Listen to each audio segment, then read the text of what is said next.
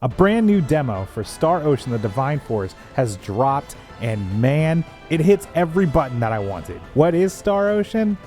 It's a JRPG franchise, and they're really good, mostly. Look, I'm hype as hell. I've played every game in the series, but this one, whoo! Should you buy Star Ocean: The Divine Force? Now, anybody that knows me knows that I have a pretty big bias, and I'm gonna be like, yes! Yes, you absolutely should. Save my franchise. However, I'm gonna be honest. That's the point of the video. I'm gonna share my reactions and first impressions of the game, and then I'm gonna share the Solace, the good, and the Dread, the bad, and I'll help you decide whether or not you should get it. I'm Solace, this is Solace and Dread. We produce reaction videos as well as analytical content, primarily for Square Enix, Nintendo, and Capcom publications. But you didn't come here to find out who I am. You came to find out about Star Ocean. Some fast facts, just so you know. The demo is available on Xbox Series X, Xbox One, PlayStation 4, and PlayStation 5. The full game will release on Steam, but the demo is not available on Steam. Doesn't matter though, because your save data does not transfer from the demo to the full game. So this is really just to try it out if you happen to have the consoles. It's about a 2-hour demo, so if you decide to do it, be prepared to do that all over again. Damn, man, you don't have to be so ruthless. This is actually the 6th main game in the series. There's been some spin-offs, none of them great. It is a standalone story, but you can play the game and experience it without having any of the context of the other games. That being said, it definitely does help if you have the context of the other games, because there's a lot of themes, a lot of names, a lot of family members, things that are referenced that you might not understand where it comes from. We're making a video soon providing context for people who are new to the Star Ocean series, so be on the lookout for that. Oh, how will you get notified? I know. Subscribe, hit the bell, that way you're notified whenever there's a new video. You know, all that stuff that YouTubers say. In case you're new to the series, which many people are, because it's kind of niche in this part of the world, Star Ocean's a franchise that has historically blended sci-fi and futuristic technology with a bit of a fantasy element. This usually takes place in the form of somebody from Earth crash landing on an underdeveloped planet where they actually have to keep it secret, intricacies of their technology and where they come from, but eventually everybody finds out, and there's always the fun experience of seeing people from underdeveloped planets see what it looks like inside of a spaceship or on another world or what have you. Okay, let's start with the Solace, the good. This game is awesome. The combat is slick. No loading times. They're just on the map. You walk in, you're instantly in a battle. The music changes. Boom, bam. You're flying through the air. You're slicing dudes left and right. You're getting hyped. You're getting excited. You're absolutely destroying the opposition. Not to mention they added some aerial element to the combat, and that's taking it to the next level.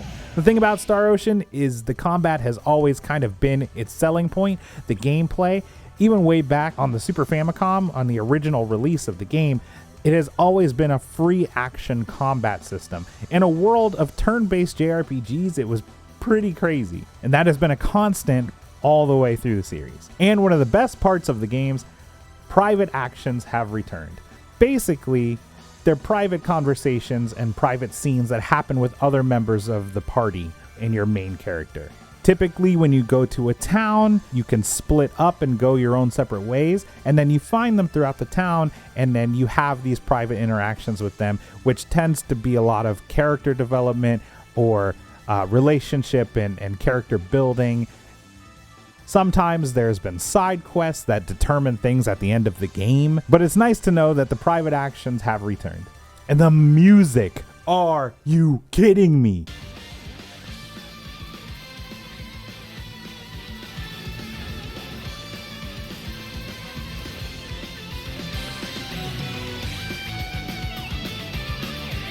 My God!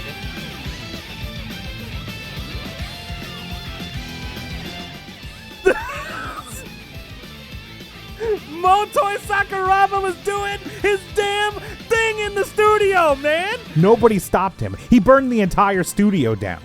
And the exploration, amazing. Probably the best of the entire series. There's big giant areas in the demo that are playable, there's a huge world map, and because you're able to fly, the verticality of the maps actually matters too. So sometimes there's little treasures that are hidden up on top of giant cliffs and plateaus, and sometimes you gotta search in tiny little nook and crannies. You basically are encouraged to fly around and look for treasures that actually strengthen your party. They've made use of being able to travel around. It's not like some of the previous games where there were giant empty areas that were kind of littered with boring and useless items, and they were flat and uninspired. But look, I'm flying through the air. And the characters, they're mostly well voice acted. Get schematics on screen. Find us a way out of here now. Is evacuating the correct course of action? These are feds we're dealing with here. If we don't clear out now, we're goddamn space dust. I like most of them. You do have the option for Japanese audio if that is something that you prefer. Now let's talk about the dread, the bad. There are a few areas of the game where frame rates kind of dropped, and this is the biggest thing that I noticed. Out in some of the field areas, we would get a little bit of stutters and frame rates, and watching some videos and stuff online, the estimated frame rate in some of these scenarios was somewhere around 38 frames per second on PS5 on average. Because most games and things on the PS5 tend to run at a constant 60 frames per second, it was very noticeable.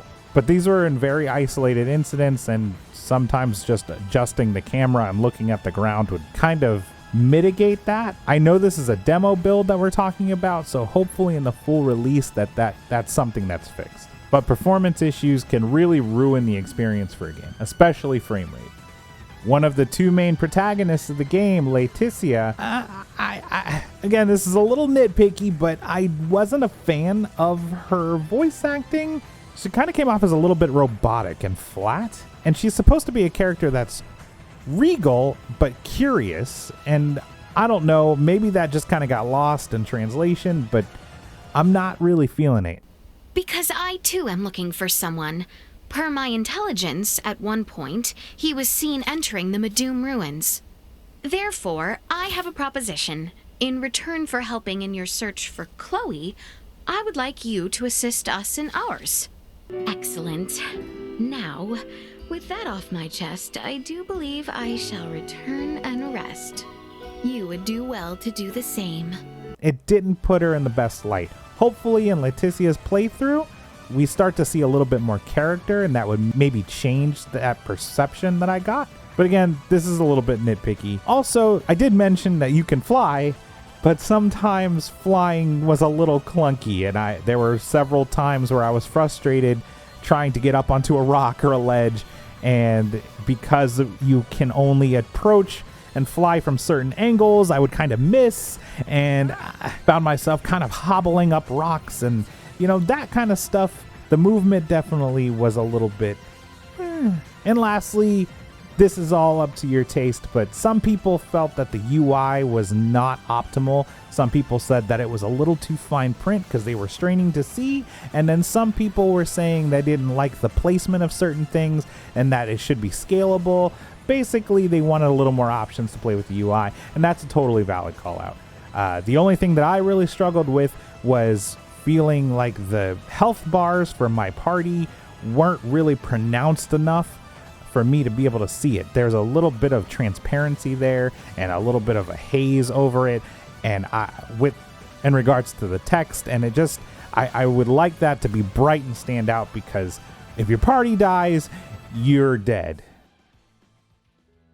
Overall, if I were to link everything together, I'd have to say the pros outweigh the cons. I'm very, very, very happy with this demo. And let me tell you something. Yes, I am a Star Ocean fan, but nobody is harsher about a Star Ocean game than a Star Ocean fan. If you hate a Star Ocean game, chances are a Star Ocean fan hates it even more than you do. Ultimately, if you're looking for something to scratch the action JRPG itch, something in the vein of Xenoblade Chronicles or along the lines of the Tales of series, this game is probably for you.